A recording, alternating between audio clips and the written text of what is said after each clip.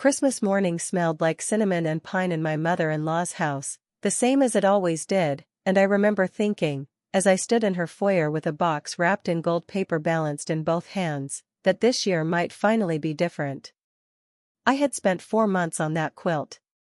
Every stitch was done by hand, late at night after long days managing other people's fortunes, because I wanted this one gift, out of 6 years of gifts, to be something Diane Holcomb could not dismiss with a polite smile and a change of subject. I had chosen the fabric to match the blue in her wedding photograph, the one that still hung above her mantel, because I thought that detail would matter to her. I thought wrong. She took the box from me with both hands, the way you take something you already intend to set down, and she opened it just enough to see the folded edge of blue and cream fabric inside, and she looked up at me with an expression I had learned, over the years, to recognize as her company face, warm on the surface and closed underneath, and she said, "I already have enough blankets, dear," and she set the box, unopened the rest of the way, on the bench by the door where the family kept boots and umbrellas and things that did not belong inside the house. That was the 4th gift she had returned that year. I did not say anything. I had gotten very good, by then, at not saying anything, and I want you to understand that this was not weakness, it was strategy, though I did not yet know what the strategy was for. My name is Renata Voss, and before I tell you what happened at that gala 11 months later, before I tell you about the exact moment my mother-in-law realized who had been sitting across from her at every holiday dinner for 6 years, I need you to understand how patient a person can become when she has decided, quietly, that patience is a weapon and not a weakness. I need you to understand what it costs to be erased by inches, year after year, in a family you have chosen to love regardless. I met Mark Holcomb at a fundraising dinner for a children's literacy program 8 years ago. He was not the kind of man who commanded a room, and I liked that about him immediately, because I had spent my entire professional life around men who did, men who filled every silence with the sound of their own certainty. Mark listened. He asked good questions and then sat with the answers instead of rushing to reply. He worked as a project manager for a mid-sized construction firm, steady work, honest work, and when he talked about his family, his voice softened in a way that told me family mattered to him more than almost anything. I did not know yet that this softness, this deep loyalty to the idea of family, would one day become the exact quality that let his mother walk over me for years without consequence, because Mark would rather keep the peace than defend the truth. I did not know that yet. I only knew that he made me laugh, and that he asked about my day like the answer actually mattered to him, and that felt, after years of being valued mostly for what I could do for other people, like something worth building a life around. I should tell you what I actually do, because it matters to everything that comes after. I am a private wealth advisor, and more specifically, I manage a family trust that my father built over 4 decades running a chain of regional pharmacies before he sold the business and spent the rest of his life quietly giving the proceeds away. He did not believe in attaching his name to buildings. He believed in attaching his money to people who needed it and never knowing their names in return, and he taught me to do the same. When he passed, 6 years ago, the trust came to me, along with his instructions, written in his own careful hand, that I was to continue the anonymous giving he had started, particularly through the Charity Care Fund at Holcomb County Hospital, a fund that pays outstanding medical bills for patients who cannot afford them, no questions asked, no names attached, no thank you notes expected. I never told Mark's family what I did for a living beyond a vague description involving finance. I never told them because, in the beginning, it did not seem relevant, and later, once I understood the shape of the family I had married into, I kept it to myself for a different reason entirely. I wanted, for once in my life, to be valued for who I was in a room rather than what I could provide, and in the Holcomb family, I learned quickly that those two things were never going to be the same currency. Diane Holcomb did not dislike me in any way she would have admitted to, and I want to be fair to her here, because a woman with a cartoonish, mustache-twirling kind of cruelty is easy to write off, and Diane was not that. Diane's cruelty was quieter and, in its way, more human. She had raised Mark and his older sister largely alone after her husband Walter's business nearly collapsed twice in the 90s, and she had done it by holding the family together through sheer force of will and an iron belief that appearances mattered, that a family that looked whole from the outside eventually became whole on the inside too. She had also, I came to understand much later, spent years quietly hoping Mark would end up with Karen Ellis, the daughter of Diane's closest friend, a woman Mark had dated briefly in his 20s before it fizzled into an easy, low-stakes friendship that somehow survived his entire marriage to me. Karen was warm and funny and had known this family since childhood, and I think, in Diane's mind, Karen represented a version of her son's life that made sense to her, a continuation of something familiar, while I represented an interruption, an outsider who had shown up with a career Diane did not understand and a reserve Diane mistook for coldness. So Diane did what people do when they cannot bring themselves to say the honest thing out loud. She expressed her disappointment sideways, in 1,000 small cuts delivered with a smile, over 6 years, until the small cuts became the entire shape of my relationship with this family. It started small enough that for the first year or two I told myself I was imagining it. At my first Thanksgiving with the Holcombs, Diane introduced me to her sister as Mark's wife, and did not say my name, and I told myself she had simply forgotten it in the chaos of hosting. At the second Thanksgiving, she did the same thing, and I stopped telling myself that. By the third year, I understood the pattern was not forgetfulness. It was a choice, repeated deliberately, and there is a particular kind of erasure that happens when someone refuses to say your name in front of other people, again and again, until you start to feel like a placeholder in your own life rather than a person standing in the room. The seating arrangements were their own quiet language. At every family dinner, every holiday, every birthday, Diane arranged the table so that Karen sat beside Mark, and I sat further down, near Walter, who was kind but largely silent, having long ago learned that the safest place in this family was neutral ground. I used to watch Diane lean toward Karen during dinner, laughing at something only the two of them found funny, while Mark, caught in the middle, would glance at me with an apologetic half-smile that never once turned into him saying, "Actually, Mom, can we rearrange the seating so my wife isn't sitting at the far end of her own family dinner?" He would give me that same apologetic smile for 6 years, and I want to be honest with you, that smile started to feel worse than open hostility would have, because at least hostility asks you to fight back. That smile asked me to keep absorbing it and be grateful he noticed. The gifts were the clearest evidence, because gifts are one of the few places where affection becomes something you can hold in your hands and measure. Every year, I put real thought into what I gave Diane. Not because I needed her approval, though I would be lying if I told you some small part of me did not want it, but because I believed, stubbornly, that specific and thoughtful gifts were a language everyone could eventually learn to read, even people who had decided in advance not to like you.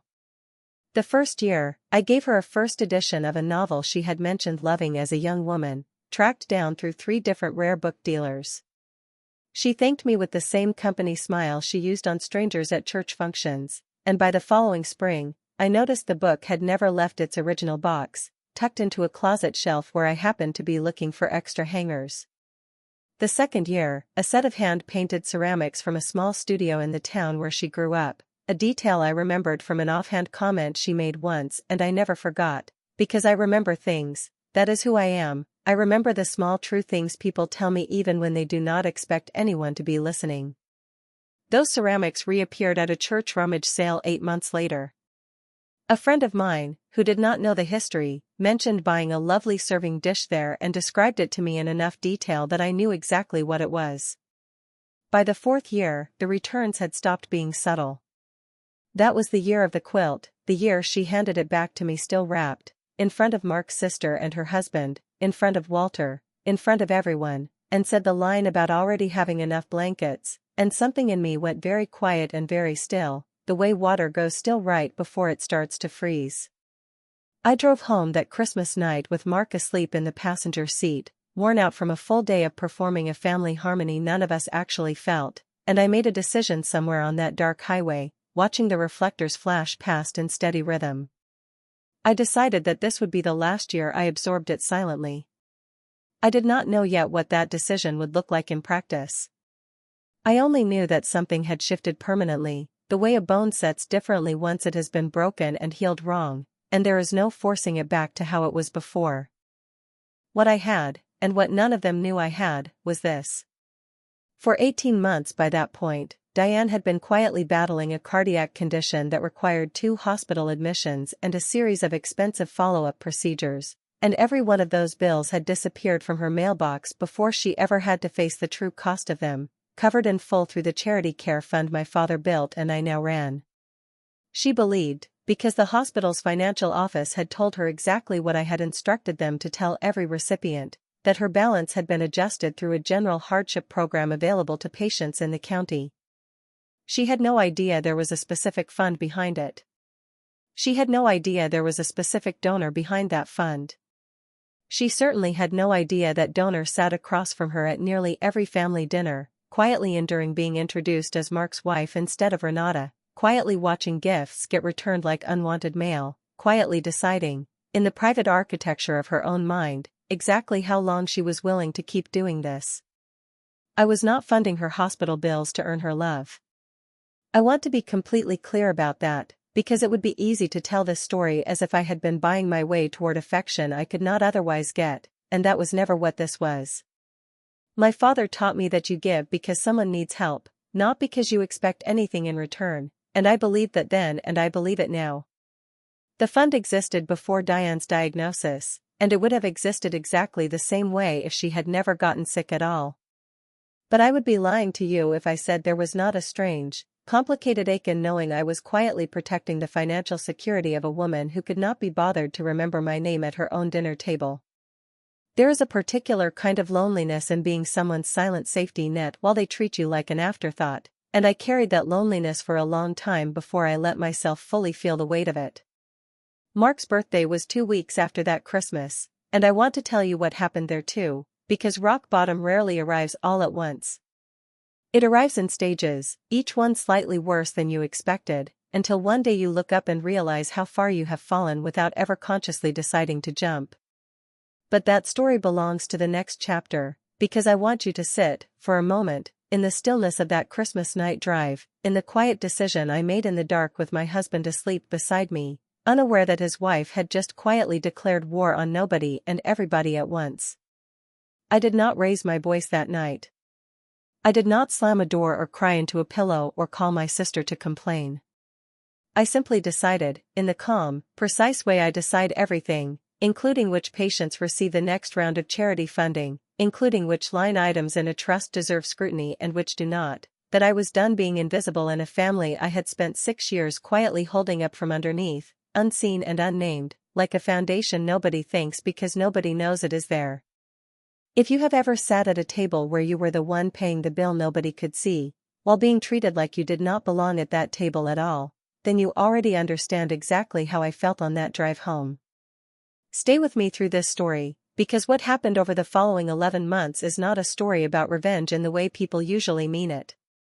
It is a story about a woman who stopped absorbing what she did not deserve to absorb, and let the truth do the only thing truth is actually good for, which is standing quietly in a room until everyone in it finally has to look at it directly. Mark's birthday fell on a Saturday that January, 2 weeks after the quilt, and Diane insisted on hosting, the way she insisted on hosting everything, because in her mind a birthday celebrated anywhere other than her dining room was a birthday not properly celebrated at all. I spent 3 days on that party. I want you to understand the specific shape of those 3 days, because it matters to what happened after. I coordinated with the caterer myself, choosing the exact barbecue place Mark had loved since childhood, the one his father used to take him to after Little League games, a detail I remembered from a story Mark told me on our 3rd date, back when I was still learning the geography of his childhood and treating every detail like something worth keeping. I ordered a cake from the bakery near his old apartment, the one with the lemon filling he always claimed he did not care about, and then ate 2 slices of every single time. I spent an entire evening printing photographs from across the years, from his college graduation to our wedding to a fishing trip he took with Walter the summer before we met, and I arranged them into a book I planned to give him privately, after the party, something just between the two of us. I did all of this quietly, without announcing it, the way I did most things, because I had learned somewhere along the way that announcing your effort in this family only invited Diane to find a way to make it about someone else's effort instead. I should have seen that coming. I did not. The party itself unfolded the way most Holcomb gatherings did, warm on the surface, a low current of something colder underneath if you knew where to look.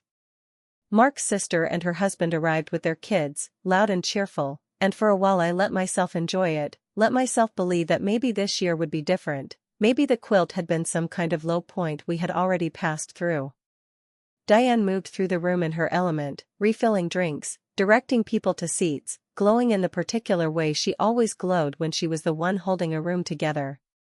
Karen arrived halfway through dinner, apologizing for being late from a work event, and Diane greeted her at the door with the kind of hug she reserved for family, both arms, a long squeeze, the kind of hug I had received exactly twice in 6 years, both times at my own wedding, when the cameras were watching. The toast came after the cake. Once everyone had a glass of something in hand and Mark sat at the head of the table looking pleasantly overwhelmed the way he always did on his birthday. Diane stood, tapped her glass with a spoon, and began to speak, and I remember settling back in my chair, ready to feel something warm, because whatever else was true about Diane, she was Mark's mother, and I wanted, genuinely wanted, for this moment to be simple. She talked about Mark as a boy, about his steadiness, his loyalty, the way he had always been the one who checked on people when they were struggling. She talked about how grateful she was that he had people around him who understood him, who really saw him, and then she turned, glass raised, and looked directly at Karen, and said that she did not know what this family would do without someone who always understood them the way Karen did, someone who had been there through every season of their lives, someone who felt like family in every way that mattered. The table murmured warmly. Karen laughed and pressed a hand to her chest, touched. Mark smiled the uncomfortable smile he wore whenever his mother did this, the smile that meant he noticed and would not say anything. Diane did not mention my name once. Not in the toast, not in the thank yous that followed for the wonderful party, which she credited generally to family effort without once looking in my direction, though every person at that table who had watched me organize the last 6 parties knew exactly whose effort had gone into this one. I sat there with my hands folded in my lap, the photo book I had made for Mark sitting untouched in my bag beside me, and I felt something in my chest go hollow in a way I had not felt since I was very young, since the year after my mother died, and I used to sit in rooms full of adults who talked around me instead of to me, as though grief had made me transparent. I did not cry at the table. I want to be clear about that, because I have never been a person who cries in front of an audience, and I was not about to start in Diane Holcomb's dining room. I smiled, and I helped clear plates, and I drove home with Mark that night in a silence he mistook for tiredness, and it was not until we were home, until he was already half asleep beside me, that I let myself feel the full weight of what had happened, sitting alone at our kitchen table with a cup of tea going cold in front of me. It was 2 days later that I learned the rest of it, the part that turned quiet hurt into something sharper. I ran into a woman named Patrice at the hospital, a longtime colleague on the fundraising side who also happened to attend the same church as Diane's sister, and Patrice, without any idea of the position she was putting me in, mentioned, in the easy way people mention gossip they do not realize is a grenade, that she had heard through the church group that Diane had been telling people I married Mark for the Holcomb family name, that I was, in Patrice's careful paraphrase, using him for status. He did not even have. I want you to sit with how absurd that was. The Holcombs were a comfortable, hard-working, entirely unremarkable middle-class family, and I came from a trust worth more than every asset the Holcomb family had ever collectively owned, a trust one had spent 6 years never once mentioning at their dinner table because I did not want to be valued for my money any more than I wanted to be erased in spite of it. I had built my entire adult identity around being someone who gave quietly and never needed credit, and here was my mother-in-law, telling her friends and her church group that I was some kind of social climber, inverting the truth so completely that I almost laughed, standing there in a hospital hallway with Patrice looking at me expectantly, waiting for a reaction I was too stunned to give her. I did not correct her. I could not without explaining things about my finances and my father's trust that I had never told anyone in the Holcomb family, and I was not about to let that truth spill out sideways through a church gossip chain instead of on my own terms, whenever those terms finally arrived. I told Patrice something vague and polite and excused myself, and I sat in my car in the hospital parking lot for a long time afterward, hands on the wheel, not driving anywhere.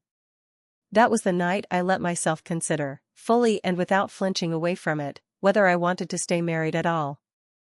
I want to be honest about that thought, because I think people expect these stories to be only about the villain, the mother-in-law, the in-law who wronged you, and it is easy to build a story that way, but the truer story, the one I actually lived, was about the slow erosion of my marriage underneath all of it.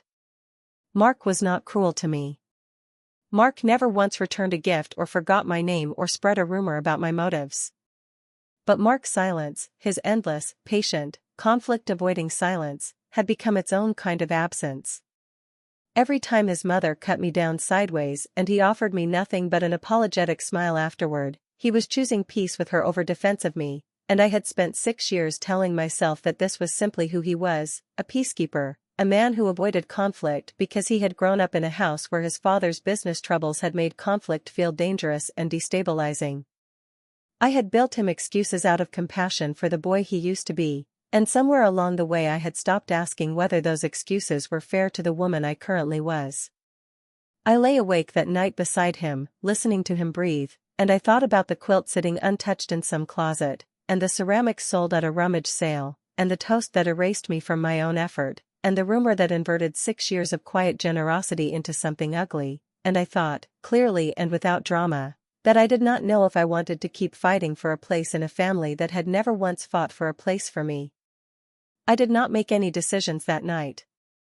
I am not a person who acts from a place of raw emotion, whatever that emotion happens to be, and I knew that whatever I decided about my marriage, about my mother-in-law, about the shape of my own future, needed to come from clarity rather than wound.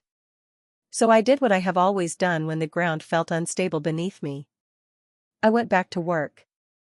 I went back to the trust, to the fund, to the quiet, steady architecture of my actual life, the one where I mattered, where my decisions moved real weight in the world even if nobody in that dining room would ever know it. It was during that week, sitting in a meeting with the hospital's development director, a sharp, kind woman named Councilwoman Ito, no, her name was simply Grace Ito, reviewing the quarter's disbursements from the Charity Care Fund, that I saw Diane Holcomb's name on the list of covered accounts, her most recent cardiac follow-up, fully paid, the balance zeroed out exactly the way it had been for 18 months, and something in me went very still and very clear, the way it had on that dark highway on Christmas night. I did not feel triumphant, sitting there. I did not feel vindicated. I felt, instead, a kind of quiet, settled resolve, the sense of a door opening somewhere down a hallway I had not yet walked.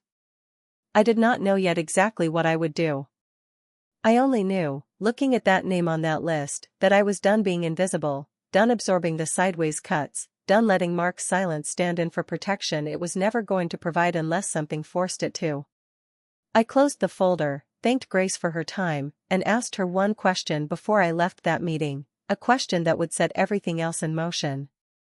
I asked her whether the hospital had any plans, that year, for a donor recognition event, the kind where the Charity Care Fund's leadership might formally thank the people whose lives it had touched. She told me they were, in fact, planning exactly that, a spring gala, still months away, still taking shape. I told her I would like to be involved in the planning, more involved than I had ever been before, and she smiled, mistaking my sudden interest for renewed philanthropic energy, having no idea that I had just quietly decided to build the exact room in which the truth of my entire marriage would finally have nowhere left to hide. Grace Ito called me on a Tuesday afternoon in February, 3 weeks after our first conversation about the gala, and I remember exactly where I was standing when the phone rang, because I was in my home office reviewing the county's most recent hardship applications, the kind of quiet, unglamorous work that made up the actual substance of my life outside the dining rooms and toasts and returned gifts that had come to define my relationship with the Holcomb family. Grace told me the gala had a firm date now, the second Saturday in May, and that the hospital board wanted the event to feel personal, not corporate, which meant they wanted real stories, real faces, real patients whose lives had been changed by the fund, standing in the same room as the donors who made it possible, though of course the donors, in every case but the one I was quietly building toward, would remain unnamed. I told her that sounded exactly right, and I asked, as casually as I could manage, whether the hospital ever extended personal invitations to specific patients whose cases had been particularly significant, patients they might want to formally thank in person. Grace said they had done that once or twice before, small gestures, a card, occasionally a private meeting with a fund representative if the patient's case manager thought it would mean something to them. I told her I thought Diane Holcomb's case might be exactly that kind of significant, given the scale of what had been covered over 18 months, and I watched myself say it, calm and professional, the way I said everything in that office, while some deeper part of me understood that I had just planted the first seed of something that would not fully bloom for months. I did not rush the plan after that. I want you to understand that patience, real patience, is not passive. It is one of the most active things a person can practice, because it requires you to hold a decision steady in your hands for months without letting frustration or impatience knock it loose. I had decided, on some level I could not fully articulate yet, that the truth would come out in a room I built, on my terms, in front of the people who needed to see it, rather than spilling out sideways through gossip or a moment of exhaustion at some ordinary Tuesday dinner. So while that plan quietly took shape in the background of my life, I made 3 specific choices in the months that followed, 3 decisions that had nothing to do with hospitals or galas and everything to do with the shape of my own dignity. The first choice came at the end of February, when Diane sent out the invitation for her annual spring luncheon, an event she hosted every year for what she called the important women in her life, her sister, her closest friends from church, and Karen, always Karen, seated at Diane's right hand the way I had never once been seated anywhere at that table. I had attended every one of these luncheons for 6 years, arriving early to help set up, staying late to help clean, and being introduced, every single time, as Mark's wife, never once as myself. I sat with the invitation in my hand for a long time that afternoon, and then I wrote Diane a short, warm note declining, telling her I hoped the luncheon was wonderful, and that I looked forward to seeing everyone at events where I would be attending as myself and not as an extension of someone else's name. I did not send that last part. I kept it simpler than that in the actual note, polite, brief, unremarkable on its surface, but I told Mark directly, that same evening, exactly why I would not be going, and exactly what would need to change before I attended events like it again. I watched him absorb that, his jaw tightening slightly, and I watched him say nothing in response beyond a quiet, "I understand," which was not yet the thing I needed from him but was, I noticed, the first time in 6 years he had not immediately tried to talk me out of a boundary I set with his mother. Diane noticed my absence at the luncheon, I heard later, and made some comment to the table about how busy career women could be these days, a comment designed to sound generous while landing as something else entirely, but I was not in that room to hear it, and for the first time in years, I found that I did not particularly care what commentary filled the space where I used to sit. The second choice unfolded slowly, over the course of March, when Diane began organizing what she called the Holcomb Family Spring Fundraiser, a modest event she ran every couple of years to benefit the county's youth sports programs, always held at the community center, always positioned, in Diane's telling, as evidence of the family's generous spirit. Diane loved this event because it let her stand at a podium and be thanked publicly, and this year she had bigger ambitions for it, telling anyone who would listen that she hoped to double the previous year's donations and finally get the recognition she felt the family's charitable efforts deserved. I listened to her talk about it at a dinner in early March, watched her eyes light up at the thought of a bigger crowd, a bigger number, a bigger moment of being seen, and I felt something click into place that had nothing to do with cruelty and everything to do with clarity. I made a call the following week to a colleague who ran corporate matching programs for several regional businesses, and I quietly arranged, without attaching my name to any part of it, for a substantial matching donation to be redirected toward the Charity Care Fund's own spring appeal instead, timed to launch the same week as Diane's community center fundraiser. I did not sabotage her event. Her fundraiser still happened, still raised a respectable sum for youth sports, still let her stand at that podium and be thanked. But the county newspaper that spring ran its charitable giving coverage that season with the Charity Care Fund's record-breaking match donation as the lead story, and Diane's fundraiser as a small mention 3 paragraphs down, and I watched her read that article at Sunday dinner with an expression I recognized immediately, because I had worn that exact expression myself, more times than I could count, sitting at her table. It was the particular sting of working hard for recognition and watching it go to something else instead. I felt no guilt about that, and I want to be honest about that too, because I think it would be easy to tell you I regretted it, that I felt some pang of conscience for quietly outshining a woman's community fundraiser. I did not. I had spent 6 years watching my effort get folded into other people's credit, and I had done nothing to earn that erasure. This was not cruelty. This was simply the natural consequence of a fund that had grown large enough, under my careful stewardship, to outpace a community center bake sale dressed up as a gala. If Diane felt small standing next to it, that was a feeling she had handed me, unknowingly, at every dinner table for 6 years, and I did not owe her protection from this same feeling now finding its way back to her.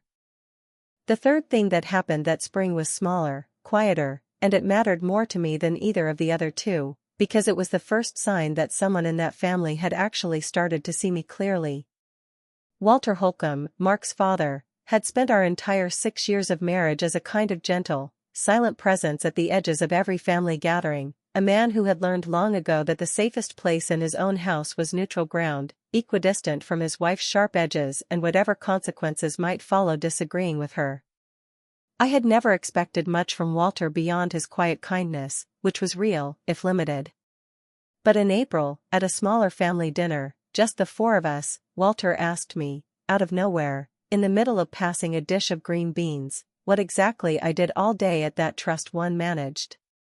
He asked it plainly, without any of Diane's performative curiosity, the kind that asked questions only to find an opening for a comment about Karen.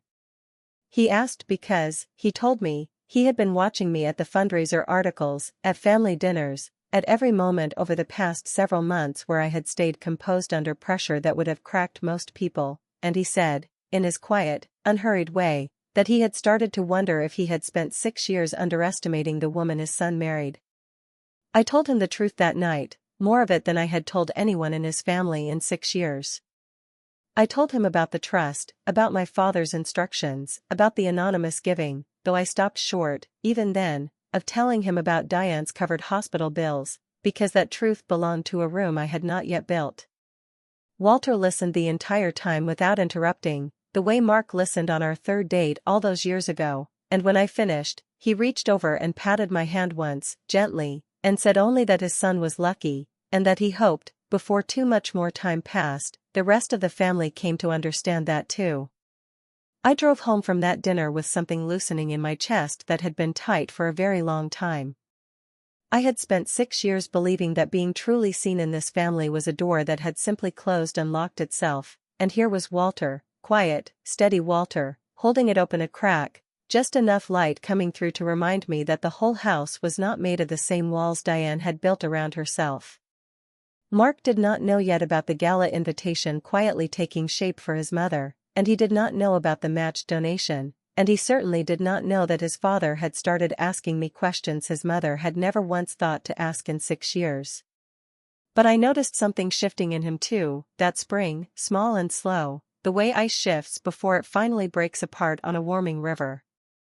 He started sitting closer to me at family dinners, without commentary, without announcement, just a small physical choice that put him nearer to me than to the empty chair beside his mother. He started, once or twice, correcting people who called me Mark's wife instead of Renata, quietly, almost experimentally, as though testing whether the words felt right in his mouth. I did not know yet whether this was the beginning of something real in him, or simply guilt finding a small, safe outlet before retreating again the way it always had.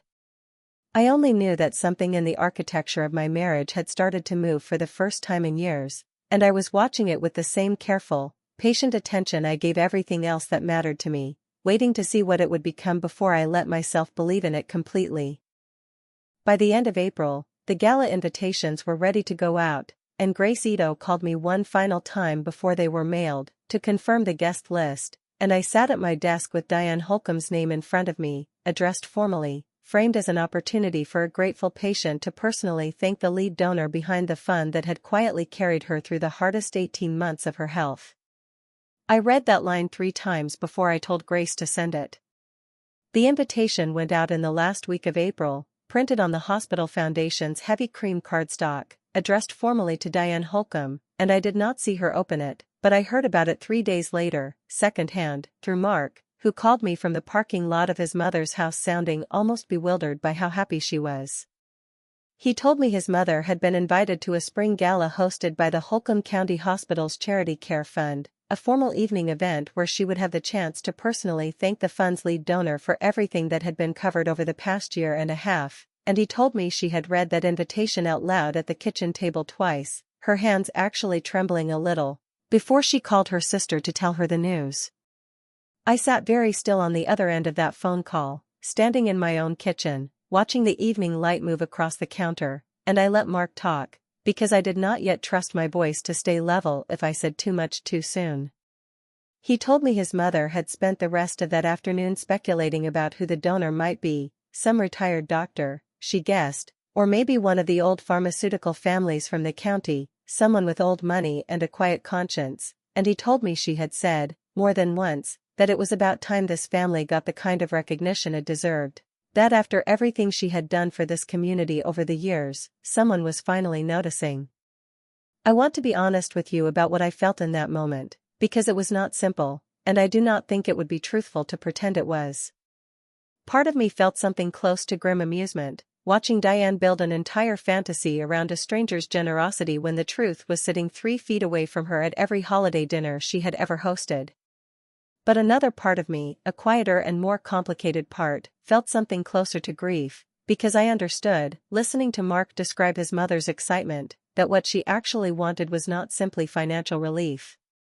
She wanted to be seen taking care of, she wanted proof that someone out there valued her enough to quietly carry her through hardship without being asked, and she had absolutely no idea that the person providing that exact kind of care had been standing in her kitchen for 6 years, unacknowledged, uncredited, and largely unnamed. I did not tell Mark anything that night beyond what he already knew, which was nothing. I let him talk, and I said the things a supportive spouse says, that it was wonderful his mother was getting some recognition, that galas like that could be very moving, and the whole time I felt the strange doubled weight of holding an enormous truth in complete silence while the person I loved most in the world had no idea he was standing right next to it. Over the following 2 weeks, as the gala date approached, Diane became, by every account relayed to me through Mark and occasionally through Walter, almost giddy with anticipation. She bought a new dress for the occasion, a deep emerald green, and had her hair done specially, and told anyone who would listen, at church, at her book club, at the pharmacy where she picked up her prescriptions, that she was finally being formally thanked by the family responsible for saving her from what could have been a financially devastating health crisis. She began referring to the unnamed donor, in these conversations, with a kind of proprietary warmth, calling them her angel, telling people she intended to hug this stranger the moment she met them, regardless of hospital decorum, because some gratitude could not be contained by a formal handshake. I heard about this particular comment from Walter, who relayed it to me almost apologetically over the phone one evening, not fully understanding why the detail seemed to land on me the way it did. I thanked him for telling me, and I sat afterward for a long time in my office chair, staring at nothing, thinking about the specific cruelty of irony, the way it does not care whose feelings it complicates on its way to landing exactly where it needs to land. It was during this same stretch of weeks that Mark said something to me, almost offhand, that lodged itself somewhere deep and did not leave. We were in the kitchen on a Tuesday night, him chopping vegetables for dinner while I read through case files at the table, and he mentioned, without any particular weight in his voice, that he hoped whoever this donor turned out to be was someone decent, someone who actually cared about the people the money helped rather than someone doing it for the tax benefit or the appearance of generosity, because his mother, he said, deserved to have that kind of person in her corner after everything she had carried alone since his father's business troubles all those years ago. I did not respond right away. I kept my eyes on the file in front of me, though I was no longer reading a single word of it, and I felt something crack quietly open in my chest, because Mark had just described me, described the actual truth of who I was and what I valued, entirely by accident, while having no idea he was standing 3 feet away from exactly that person. I wanted, in that moment, more than I had wanted almost anything in 6 years, to simply tell him. To say, Mark, it's me, I am the one who has been paying for your mother's hospital bills for 18 months, I am the decent person you are hoping for, I have been here the whole time. The words sat right at the edge of my mouth, and I let them sit there, and then I let them go, because I had already decided, months earlier, that this truth deserved a room I built with intention, not a kitchen table confession delivered in the middle of chopping vegetables, easily deflected, easily softened, easily folded into the ordinary noise of a Tuesday evening dinner. I told him only that I hoped so too, and I meant it, in a strange, layered way that he could not have understood, and I went back to my case files, and he went back to his vegetables, and neither of us said anything else about it that night. There is a particular kind of loneliness in loving someone while holding something enormous back from them, even when the holding back is deliberate, even when you know, with complete clarity, why you are doing it. I felt that loneliness acutely in those final weeks before the gala, watching Mark grow gentler with me by small degrees, watching him correct people more consistently now when they called me Mark's wife instead of Renata, watching him choose to sit beside me at dinners rather than default to the seat his mother always left open near Karen. I did not know yet whether this softening in him was permanent, or whether it was simply the temporary tenderness of a man who sensed, without being able to name it, that something significant was shifting in his marriage and did not yet understand what. Diane, for her part, spent those final 2 weeks in a state of nearly constant anticipation, and I watched her, at the family dinners I did still attend, practicing what she planned to say to her mystery donor, rehearsing gratitude out loud at the table as though performing it for an audience that had not yet arrived. She told us she planned to ask the donor's name, to insist on knowing who they were, because a debt like this, she said, was not the kind of thing you could repay anonymously forever, not really, not in her heart. She said she wanted the chance to look this person in the eye and thank them properly, and I sat across the table from her, passing the potatoes, saying nothing, thinking about how completely her wish was about to come true, and how little she understood about the shape it would actually take. Grace Ito called me one final time, 4 days before the gala, to walk through the evening structure, confirming that the donor recognition moment would happen midway through the program, after dinner, before the closing remarks, when patients whose cases had been significantly impacted by the fund would be invited to the donor table to offer their thanks in person. She asked me, gently, whether I wanted any advance warning given to Diane about who she would be meeting, some softer landing, some preparation, and I told her no. I told her I wanted Diane to walk up to that table exactly the way she had planned to for weeks, certain she was about to meet a stranger, and I told Grace I would handle whatever came next myself. I hung up the phone that evening and sat for a long time in the quiet of my own house, Mark upstairs already asleep, and I thought about my father, about the instructions he left me in his own careful handwriting, about giving without ever expecting a name attached, and I wondered, honestly, whether he would understand why I was about to break that pattern for the first time in 6 years of running his fund exactly the way he taught me.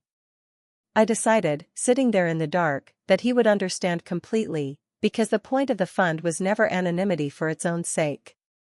The point was always making sure the people who needed to be seen, eventually, were seen, and I had spent 6 years being the one person in that dining room nobody bothered to look at closely. It was, I thought, entirely fair that the truth finally arrived in a room bright enough that no one could look away.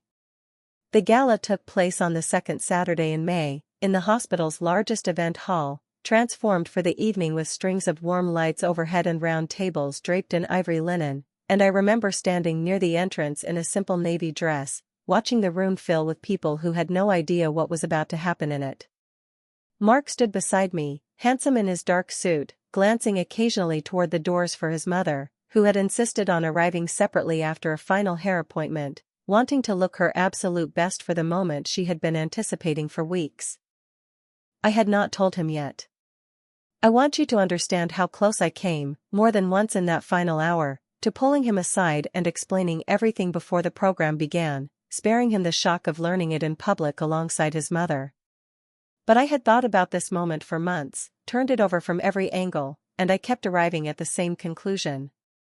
Mark needed to see the truth land the same way everyone else did, unfiltered and unprepared, because only then would I know, with total certainty, what he actually did with it. A private warning would have let him rehearse his reaction. I did not want a rehearsed reaction. I wanted the real one.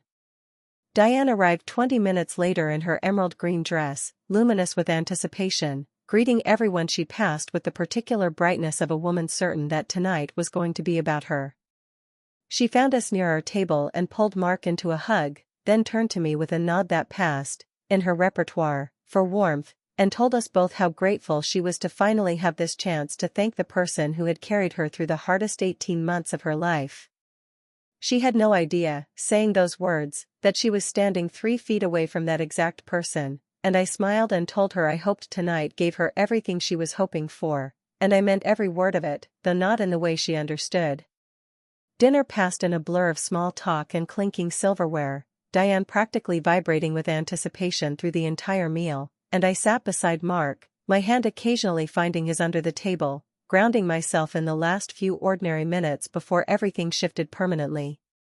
Grace Ito took the podium once the plates had been cleared, thanking the room for their generosity, describing the fund's impact across the county in broad, moving terms, and then she said the words I had been waiting months to hear spoken aloud in a room full of witnesses.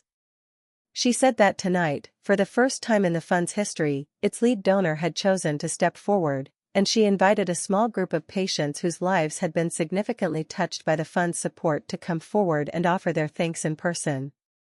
Diane rose from her seat immediately, smoothing her dress, practically glowing, and made her way toward the small table set near the podium, where I was already standing, having excused myself moments earlier under the simple explanation that Grace needed my help with something backstage. I watched her walk toward me across that room, unhurried, radiant, already composing the gracious words she had rehearsed for weeks, and I watched the exact moment recognition began to break across her face, first confusion, her steps slowing, then something closer to disbelief, her eyes moving from my face to the small placard on the table beside me that read, simply, Lead Donor, Charity Care Fund, and then back to my face again, as though her mind could not yet reconcile what her eyes were telling her. The room had gone quiet in that particular way rooms do when something real is happening, real enough that people sense it before they understand it. Mark had risen from his seat too, following his mother's path with his eyes, and I watched his own face shift through the same stages hers had, confusion first, and then something that looked almost like the floor dropping out from under him, as the full shape of 18 months of quiet truth arranged itself in front of him all at once. Diane stopped a few feet from the table, and for a long moment she said nothing at all, and I let that silence stretch, because I understood it was doing important work, the work of a person's entire understanding of someone else rearranging itself in real time. When she finally spoke, it was not the gracious thank you she had rehearsed. It was a single word, my name, spoken like a question she did not actually want answered. I told her the truth, plainly, without cruelty and without softening it either. I told her that the fund had been covering her medical expenses for 18 months, that I had known about every admission, every procedure, every balance quietly zeroed out before it ever reached her mailbox, and I gave her the specific dates, the 2 hospital stays, the follow-up procedures, details a stranger could never have known, details that made it impossible for her to tell herself this was some coincidence or misunderstanding. She tried, for a moment, to deflect the way she had deflected for 6 years, saying something about how she had always known I did something important with money, how this did not really change anything, but the dates I gave her sat too specifically in the space between us, and I watched her run out of room to maneuver around them. She stood there in her emerald dress, in front of a room full of people who had watched her walk up expecting to thank a stranger, and she had nowhere left to place the version of me she had built for 6 years. The version who did not deserve her attention, her gratitude, or her name spoken clearly at a dinner table. Mark reached the table a moment later, and I watched him look at his mother, and then at me, and I watched him understand, all at once, the shape of everything he had missed by choosing peace over defense for 6 years. He did not say anything dramatic. He simply walked around the table, took my hand in both of his, and stood there beside me, facing his mother. And that small physical choice, made in front of the entire room, said more than any speech could have. Diane did not apologize gracefully that night, and I want to be honest about that too, because these moments rarely resolve as cleanly as we wish they would. She said something about needing time to process everything, and she left the gala early, and the ride home in Mark's car that night was quiet, heavy with things neither of us had the language for yet.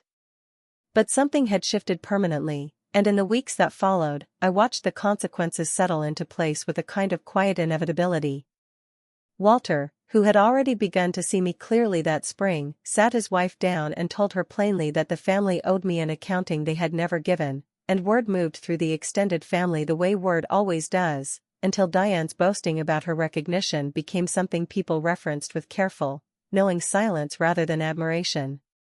She did not lose her family. But she lost the easy authority she had always assumed came with being the one who decided who mattered and who did not.